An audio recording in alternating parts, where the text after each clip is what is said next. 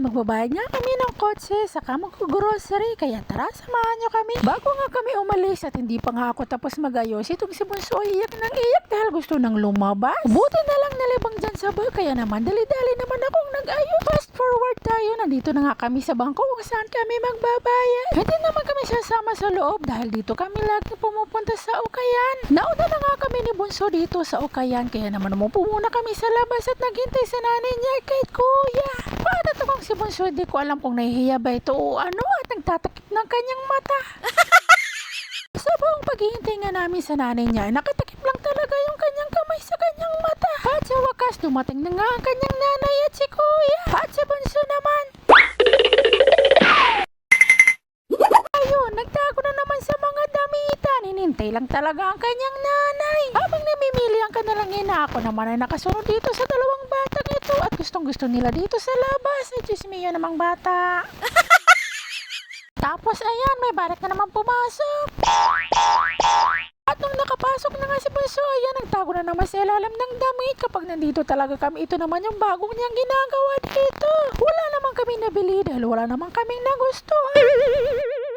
Katapos nga magbayad at magpasaway sa Ukayan, dumiretso kami dito sa SM para naman kumain at mag-grocery na. Ito nga si Bunso ay chill-chill lang sa paglalakad kahit naiiwan na kami. At syempre dito naman tayo sa McDonald's kumain dahil malaki ang chicken dito at may budget meal pa. Habang naghihintay kami ng aming order, ito namang si Bunso ay kinakalikot yung aking bag na walang laman.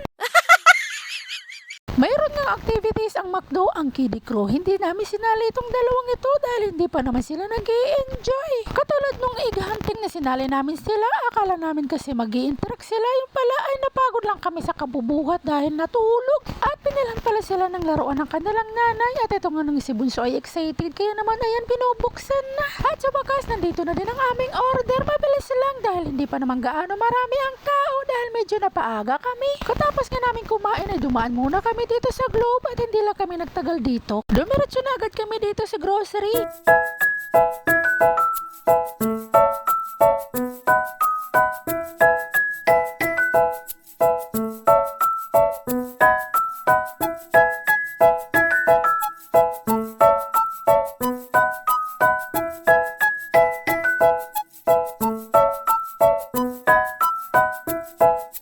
Dahil nauna ng bayaran ang naunang nakuha, kaya ayan, panibagong bayad na naman. Pero buti na lang, hindi mahaba ang pila, kaya okay lang. At ito nga si kuya ay kagad-kagad pa nga ang kanyang tsupo na habang naghihintay sa kanyang tatay na nagbabayad pa ng kuryente. Nang pauwi na nga kami, nagpagasolina muna kami dahil ang baba ngayon. Pagkakataon na to para i-full tank dahil panigurado sa susunod na linggo ay tataas na naman yan. Pagkakinabukasan ay pumunta naman kami ng palengke para bumili ng ulam at gulay. Bibihira lang kami bumili ng karne sa mall. Kadalasan talaga dito kami bumibili sa palengke dahil mas nakakamura kami. Una naming binili ay itong karne. Bumili lang kami ng 1 kilo. Okay na yun.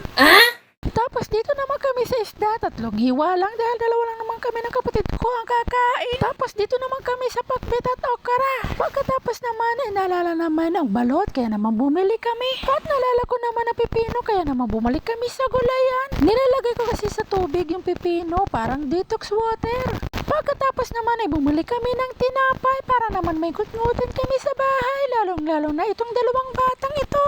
Bago naman kami umuwi ay tumambay muna kami dito sa tapat ng paaralan para magmerienda saglit. At dahil walang pasok ngayon, walang mga tambay na estudyante at tahimik. Quick-quick nga at lumpia ang minerienda namin dito, pero hindi lang kami nagtagal at umuwi na din. At pagka-uwi nga namin, ito naman ang eksena ng 2 batang ito. O siya, hanggang dito na lang, hanggang susunod. Maraming salamat!